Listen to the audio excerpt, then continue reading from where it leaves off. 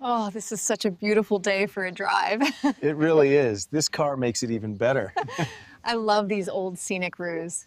What if I told you the world's first minivan wasn't born in the 1980s, but way back in 1936? And what if it looked less like a car and more like a giant metallic Beetle gliding down the street? Imagine it. While most cars still look like shoeboxes with fenders, suddenly a futuristic bus on wheels rolls by. People stared at it the way we'd stare at a UFO today. So buckle up, because we're diving into the story of the Stout Scarab, the car that thought it was the future. Quick question before we roll further.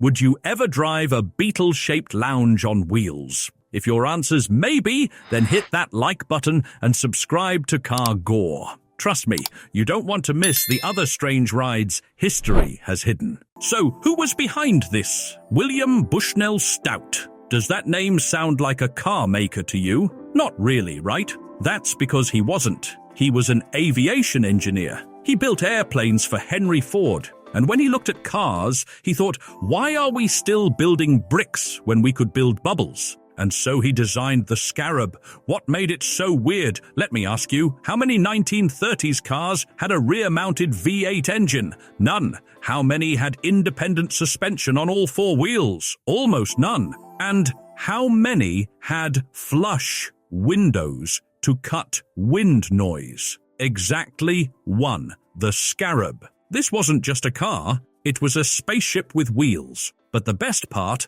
wasn't the tech. It was the inside. Have you ever sat in a car and thought, this feels like a cramped waiting room? William Stout wanted the opposite. So he gave the Scarab a flat floor, wide cabin, and movable seats. Picture this. You're cruising down Route 66. Someone swivels their chair, and suddenly you're sitting around a little table playing cards. That wasn't a dream. It was the Scarab in 1936. Meanwhile, families in a Ford sedan were packed shoulder to shoulder on one stiff bench. The Scarab, it was a rolling living room. Honestly, it makes you wonder, was Stout inventing a car or inventing a mobile Airbnb? Now here's the kicker. Do you know how much this futuristic lounge cost? Around $5,000 in 1936, while a brand new Ford V8 sedan cost about $600. For $5,000, you could buy a comfortable house. So,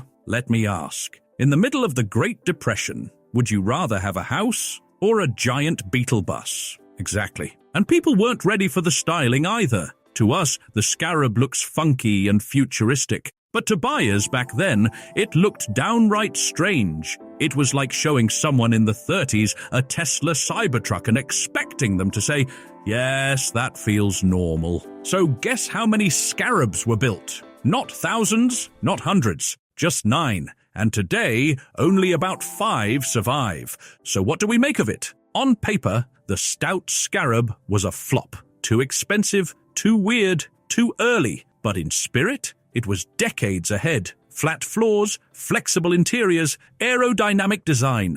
Those ideas shaped the cars and vans we drive today. William Stout called his creation the Scarab, after the Egyptian beetle, a symbol of rebirth and immortality. And maybe that was the right choice, because while the Scarab itself didn't survive in numbers, its ideas have been reborn in every minivan and multi-purpose vehicle since.